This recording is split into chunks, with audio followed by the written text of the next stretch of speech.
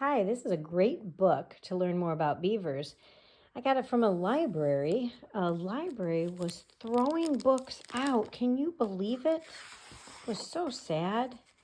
Such great books. And you know what I did? I took it out of the garbage. It was a clean garbage. It only had books in it.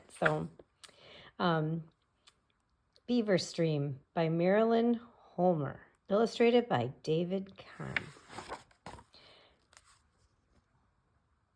A cold night wind rustles the cattails at Blackwater Marsh. The snowshoe hare shivers in her willow nook. A muskrat family snuggles together in their house of reeds, and frogs bury themselves in soft mud of the stream bed. There's a lot going on in this marsh. Beavers swim in the icy water. He is alone, separated from his family in a raging flood. Having lost his lodge also, he must now find a new home before the harsher winter weather settles in silently. Beavers slip into a dive. Beads of silver bubbles flow from his fur.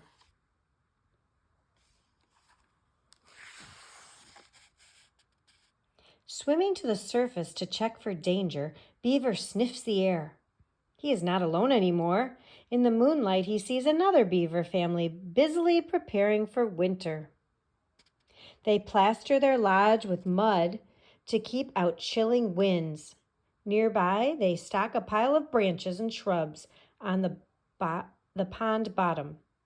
This will be their food supply when marsh ice seals the beavers in their marsh ice seals the beavers in the underwater home during the long cold winter. They're getting all ready. Look at all the wood they've chopped, and the deer are looking along. Suddenly, Beaver hears a tail slap, thwack. An older beaver warns him to stay away. Beaver is not welcome. He turns and swims quickly up the stream. So that was his way of saying, get away.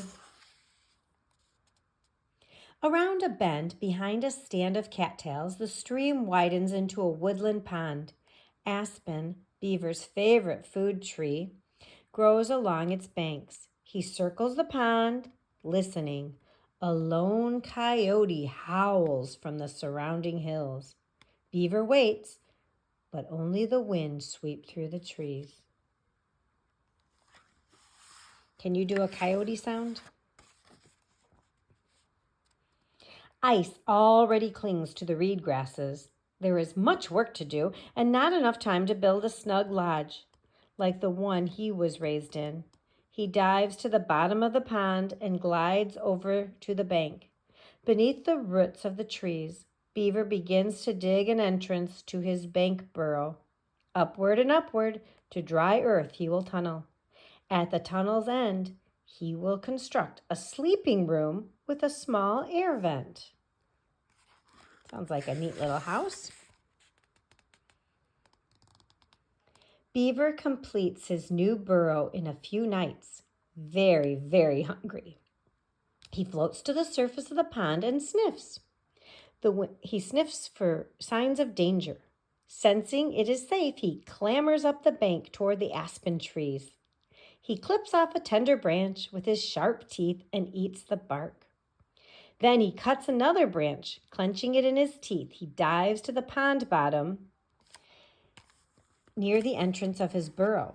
He buries it in the mud, beginning his own stockpile of branches for winter food. Oh, is that cute? Beaver returns to the woods to gather more branches. Often he stops gnawing to listen and test the air. He hears a whisper of a sound. Is that the wind rustling the grasses? Close by in the shadows, a hungry coyote crunches behind a log and waits.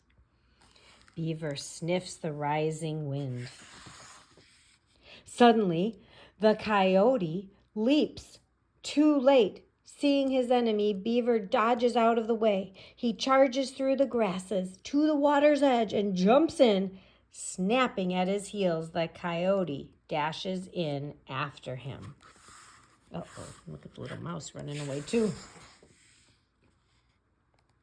Beaver slaps the water hard with his flat tail and dives kerplunge as the slap sprays water into the air. The startled coyote swims back to shore. That tail is really powerful, isn't it? Stroking hard with his webbed hind feet, Beaver streaks underwater for a very long time, racing from the danger. He leaves the coyote and his bank burrow far behind. Gets away.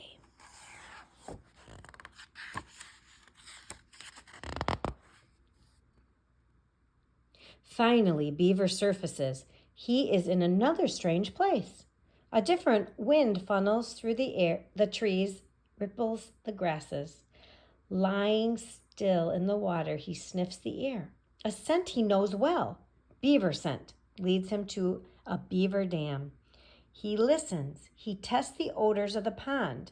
Then Beaver sees her, a dark shape resting in the shadows of the small lodge.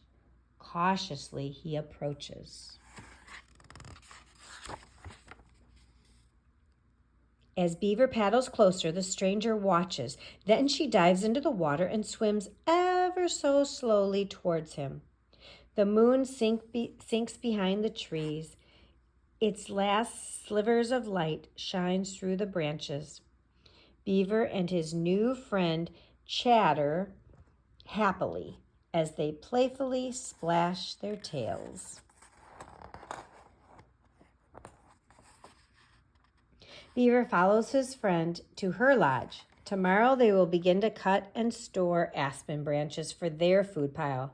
By now they snuggle up together inside their warm winter home and go to sleep. Oh, is that nice? They used their tails for quite a few things, didn't they? To say get away, to splash the coyote, and then to help them swim. This is a nice little book. It says the beaver are nature's hydraulic engineers. Their dams store water in ponds that benefit many other animals as well as man. Probably no other animal is more important for creating and protecting and preserving our wetlands than the beaver. Very nice.